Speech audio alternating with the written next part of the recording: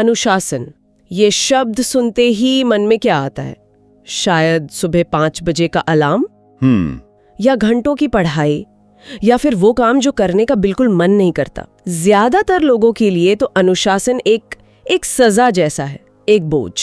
और यही मुझे लगता है सबसे बड़ी गलतफहमी है। अच्छा। हाँ, हम अनुशासन को सिर्फ बाहरी चीजों से जोड़ते हैं, जैसे जल्दी उठना या जिम जाना, जबकि असली अनुशासन वो तो एक अंदरूनी मानसिकता है। अंदरूनी मानसिकता मतलब ये वो ताकत है जो प्रेरणा के खत्म होने के बाद शुरू होती है। ये वो नजरिया है जो आपको तब रास्ता दिखाता है जब हालात मुश्किल हों। कहते हैं कि इसे बस 1% लोग ही सही मायनों में समझ पाते हैं। तो आज की हमारी चर्चा इसी असली गहरे अनुशासन के राज पर है। हमारे पास एक कहानी है, एक राजा, उसके एक खास मंत्री और एक ऐसी परीक्षा की जो सिर्फ काबिलियत नहीं बल्कि चरित्र को परखती है। बिल्कुल। और इसी कहानी के जरिए हम अनुशासन के 7 ऐसे सबक सीखेंगे जो शायद हमारी सोच को हमेशा के लिए बदल दें। तो चलिए इस कहानी और इसके पीछे छिपे ज्ञान की गहराई में उतरते हैं। तो कहानी है एक बहुत ही समृद्ध राज्य की। वहाँ का राजा बहुत बुद्धिमान माना जाता था। उसके दरबार में कई मंत्री थे, लेकिन राजा का एक खास विश्वास पात्र था जिसका नाम था दमन। राजा अक्सर दमन के काम करने के तरीके की, उसके नजरिए की बहुत तारीफ करता था। और यहीं से मुझे लगता है समस्या शुरू हुई होगी। बिल्कुल। बाकी मंत्री दमन से जलने लगे। स्वाभाविक है। उनकी शिकायत थी कि भाई हम भी मेहनत करते हैं, समय पर आते हैं, राजा के हर आदेश को मानते हैं, फिर सारी तारीफ दमन को ही क्यों? उन्हें दमन में कुछ खास नहीं दिखता था। हाँ, उन्हें इसलिए नहीं दिखता था क्योंकि वो सिर्फ सतह पर देख रहे थे। राजा दमन की मेहनत या उसकी मीठी बातों के लिए तारीफ नहीं करता था। तो फिर किस लिए? वो करता था उसके चारित्रिक अनुशासन के लिए। चारित्रिक अनुशासन, ये क्या होता है? इसका मतलब है वो काम भी पूरी ईमानदारी से करना जब आपको कोई नहीं देख रहा हो। पर राजा जानता था कि ये बात सिर्फ कहने से साबित नहीं होगी, इसके लिए एक परीक्षा लेनी पड़ेगी। और राजा को मौका मिल भी गया। हाँ, राज्य में एक नई बहुत शानदार सड़क बनी थी, तो राजा ने एक योजना बनाई। अच्छा। उसने अपने 3 सबसे काबिल मंत्रियों को बुलाया, एक जो बहुत मेहनती था, एक जो बहुत बुद्धिमान माना जाता था, और तीसरा दमन। हाँ, दमन। काम बस इतना था, जाकर उस नई सड़क का निरीक्षण करना और रिपोर्ट देना। परीक्षा सुनने में तो बहुत सीधी सादी लग रही थी। हाँ, बिल्कुल। लेकिन असल में ये एक मनोवैज्ञानिक जाल था। राजा ये नहीं देखना चाहता था कि कौन कितनी गलतियां निकालता है। तो वो क्या देखना चाहता था? वो ये देखना चाहता था कि समस्या को देखकर कौन क्या करता है।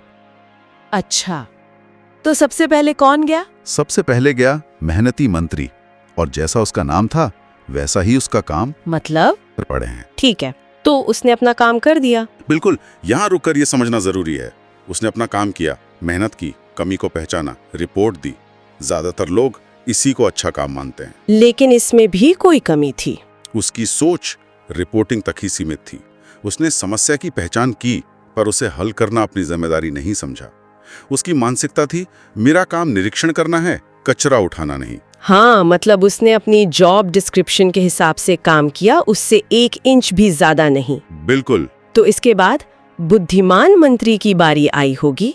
हाँ, उसने सोचा पैदल जाने में तो बहुत समय और मेहनत लगेगी, मैं मंत्री हूं, कोई मजदूर थोड़ी। उसने एक घोड़ा गाड़ी ली और कुछ सिपाहियों को साथ ले लिया। ये तो स्मार्ट है। हाँ, देखिए, इसकी सोच दक्षता यानी एफिशिएंसी पर थी। कम मेहनत, ज्यादा नतीजा। और हुआ भी वही। उसने भी वो कचरा देखा। उसने ना सिर्फ उस एक जगह को देखा, बल्कि एक और जगह ढूंढ निकाली जहां थोड़ा और मलबा पड़ा था। अरे वाह! वो बहुत खुश होकर लौटा, इस गुरूर में कि देखो, मैंने मेहनती मंत्री से बेहतर काम किया है। उसने राजा को बताया होगा कि एक नहीं 2 जगह कचरा है। एग्जैक्टली। उसका मकसद था राजा को इम्प्रेस करना। पर आप ध्यान से देखिए, मानसिकता यहां भी वही है। समस्या को पहचानो, उसे बताओ, लेकिन हल मत करो। सही पकड़ा। यहां भी स्वामित्व यानी ओनरशिप की भावना गायब थी। और आप कह रहे हैं कि ज्यादातर लोग ऐसे ही होते हैं? बिल्कुल। और यही वो पॉइंट है जहां 99% लोग रुक जाते हैं। हम या तो मेहनत से रिपोर्ट करते हैं या स्मार्ट तरीके से रिपोर्ट करते हैं, लेकिन हम समस्या को अपनी समस्या नहीं मानते। यहीं से अनुशासन का पहला सबक शुरू होता है। हाँ, यहीं से अनुशासन का पहला और सबसे शक्तिशाली सबक निकल कर आता है, जिसे मैनेजमेंट की दुनिया में कहते हैं एक्सट्रीम ओनरशिप। एक्सट्रीम ओनरशिप, ये शब्द मैंने सुना है। हाँ। पर इसका मतलब क्या है यहाँ? सिर्फ जिम्मेदारी लेना? ये जिम्मेदारी लेने से कहीं ज्यादा है। ये कॉन्सेप्ट असल में अमेरिकी नेवी सील से आया है। अच्छा। इसका मतलब है अपने दायरे में आने वाली हर चीज की 100% जिम्मेदारी लेना। सिर्फ अपनी सफलताओं की नहीं, बल्कि अपनी टीम की हर विफलता की भी। कोई बहाना नहीं, किसी पर उंगली नहीं उठाना। तो पहले 2 मंत्रियों में इसी चीज की कमी थी। उन्होंने सड़क की समस्या को निर्माण विभाग की समस्या माना, अपनी नहीं। बिल्कुल। अब कहानी और भी दिलचस्प हो गई है। हाँ। तो आखिर में दमन गया, उसे लौटने में बहुत देर हो गई। हाँ, और दरबार में बाकी मंत्री कानाफूसी करने लगे। मन ही मन हंस रहे थे कि देखो, राजा का पसंदीदा मंत्री एक छोटे से काम में ही अटक गया। जब दमन लौटा तो राजा ने पूछा होगा कि इतनी देर क्यों हुई? हाँ, दमन ने कहा, महाराज, निरीक्षण में मुझे भी 2 जगह कचरे के ढेर दिखे। यहाँ तक तो सब बुद्धिमान मंत्री जैसा ही था। बिल्कुल, लेकिन इसके बाद दमन ने जो कहा, उसने पूरी बाजी पलट दी। क्या कहा उसने? दमन ने कहा, महाराज, जब मैं वो कचरा देखा तो पहले मैंने अपना निरीक्षण का काम पूरा किया, लेकिन लौटते हुए मेरे मन में आया कि ये सड़क, ये हमारे राज्य की शान है, हमारी पहचान है। इस पर यह कचरा एक धब्बे जैसा है। रुकिए, इस एक सोच पर ध्यान देना होगा। उसने ये नहीं सोचा कि ये किसका काम है। नहीं, उसने सोचा इससे हमारे राज्य पर क्या असर पड़ेगा। उसका नजरिया व्यक्तिगत से उठकर सामूहिक हो गया। यही एक लीडर की पहचान होती है। सही बात है। फिर दमन ने आगे क्या कहा? उसने कहा, मैंने अपने साथ आए सिपाहियों से बात की, उन्हें समझाया कि ये सिर्फ कचरा नहीं, हमारे राज्य की प्रतिष्ठा का सवाल है। और फिर हम सब ने मिलकर वो सारा कचरा साफ कर दिया। महाराज, अब सड़क प्रजा के इस्तेमाल के लिए पूरी तरह तैयार है। वाह! और यहाँ से हमें अनुशासन का दूसरा सबक मिलता है। क्या?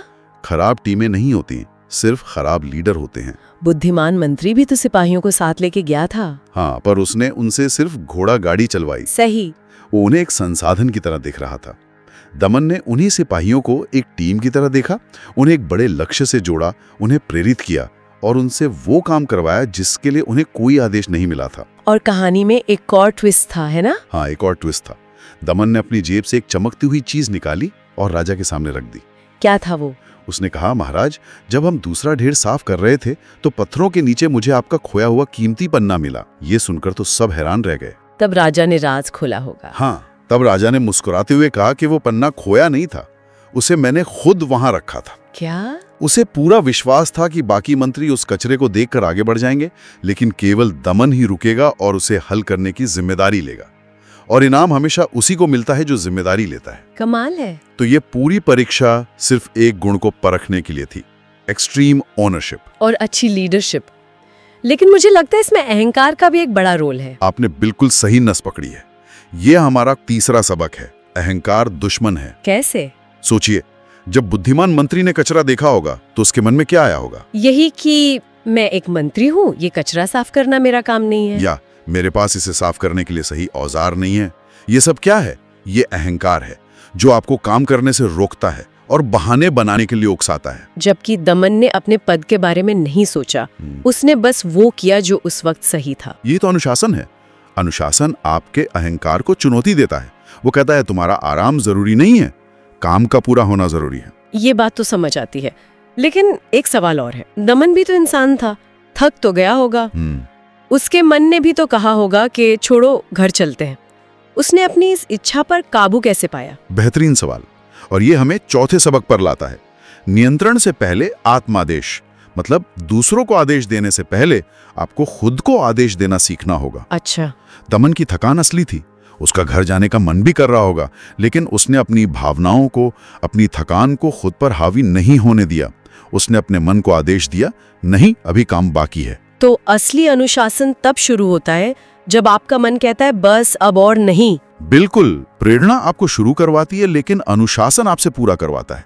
जिस दिन आप अपने मन के खिलाफ जाकर वो काम कर लेंगे जो जरूरी है, उसी दिन आप सही मायनों में अनुशासित हो जाएंगे। ठीक है, तो 4 सबक हो गए। एक्सट्रीम ओनरशिप, अच्छे लीडर बनो, अहंकार को हटाओ और खुद पर नियंत्रण रखो। 5वां क्या है? 5वां सबक आज की भागदौड़ भरी जिंदगी के लिए बहुत जरूरी है। प्राथमिकता दें और काम पूरा करें। Prioritize and execute. हाँ, दमन ने ये नहीं सोचा कि मैं अकेले ही सारा कचरा साफ करूंगा। अगर वो ऐसा सोचता तो शायद सुबह हो जाती। उसने काम की प्राथमिकता को समझा कि सड़क का साफ होना सबसे जरूरी है। फिर उसने उसे पूरा करने के लिए अपने संसाधनों यानी सिपाहियों का इस्तेमाल किया। मतलब अनुशासन का मतलब हर काम खुद करना नहीं है। कतई नहीं। अनुशासन का मतलब है सबसे जरूरी काम की पहचान करना और फिर चाहे जैसे भी हो उसे पूरा करवाना। और छठा सबक है बिना आदेश के सही काम करना, टेकिंग इनिशिएटिव। बिल्कुल। राजा ने किसी को भी सड़क साफ करने का आदेश नहीं दिया था, आदेश सिर्फ निरीक्षण का था।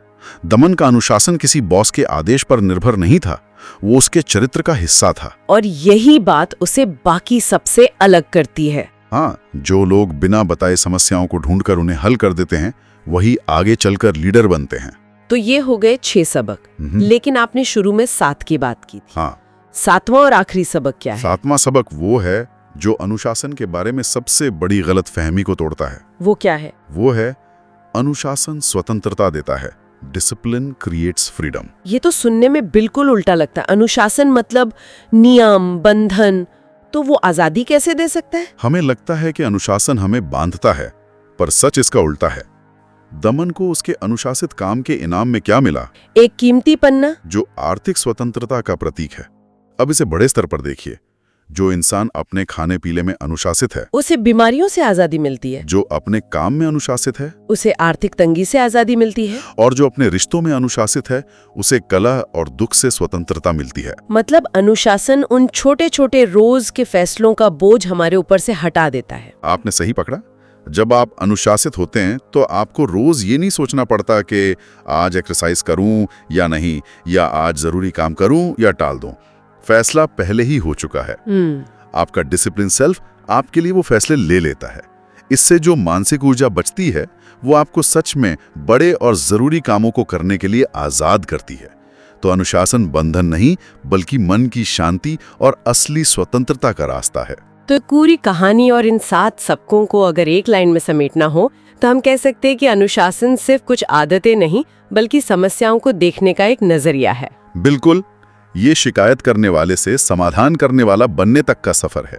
उन तीनों मंत्रियों ने एक ही कचरा देखा था, लेकिन उनके नजरिए और उनके एक्शन ने तय कर दिया कि कौन साधारण रह जाएगा और कौन लीडर बनेगा। ये जिम्मेदारी लेने, पहल करने और बहानों से ऊपर उठने की कला है। हाँ, और यही वो शक्ति है जो आपको भीड़ से अलग करती है। एक सवाल छोड़ना चाहते हैं। जरूर। जरा सोचिए, अपनी जिंदगी में, अपने काम में या अपने रिश्तों में वो कौन सा कचरा है जिसे आप रोज देखते हैं, जिसके बारे में आप शायद शिकायत भी करते हैं, पर उसे साफ करने की जिम्मेदारी लेने से कतरा रहे हैं।